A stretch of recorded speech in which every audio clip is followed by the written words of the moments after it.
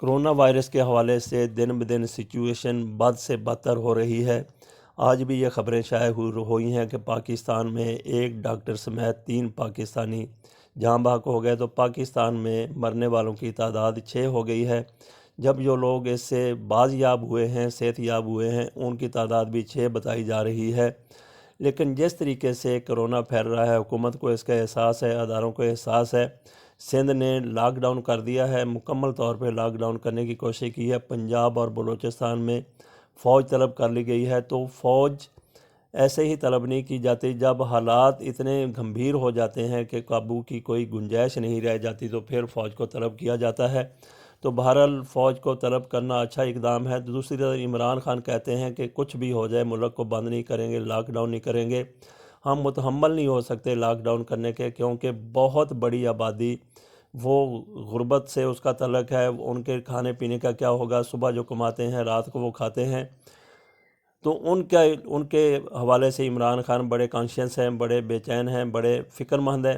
اس حوالے سے کہتے ہیں کہ لاک ڈاؤن نہیں ہو سکتا، لیکن سوچنے کی بات یہ ہے کہ بڑے بڑے ممالک میں جن کے وسائل بہت زیادہ ہیں، پاکستان سے کہیں زیادہ ہیں، ان کو بھی جن میں چین شامل ہے، ان کو بھی جنوبی کوریا شامل، دیگر ممالک بھی ہوں گے، ان کو بھی لاک ڈاؤن کر کے اس وبا سے نجات حاصل کرنا پڑی ہے۔ ہمارے پاس ایسے وسائل نہیں ہے کہ مکمل طور پہ لاک ڈاؤن کر دیا جائے، کرفیو لگا کے لوگوں کو گھروں میں رہنے پر مجبور کیا جائے، لیکن لوگ تعاون کرنے کے لیے تیار نہیں ہے۔ اکثریتی آبادی تعاون نہیں کر رہی ہے، احتیاطی تدابیر اختیار نہیں کر رہی۔ تو یہ نہ ہو کہ پھر جب حالات بہت ہی بدتر ہو جائیں، پلوں کے نیچے سے بہت سا پانی بہہ جائے، تو اس وقت آپ لاک ڈاؤن کریں۔ تو ابھی سے سوچ لینا چاہیے کہ اس طرف آپ چلے جائیں۔ تو اس حوالے سے یہ ہو سکتا ہے کہ آپ پورے مہینے کا، اپریل کے مہینے کا لاک ڈاؤن کر دیں، لوگ آئسولیٹ ہو جائیں، قرنطینہ میں خود چلے جائیں۔ تو اس حوالے سے ابھی سے حکومت اعلان کر سکتی ہے کہ 1 مہینے کا آپ لوگ بندوبست کر لیں، پوری قوم بندوبست کر لیں۔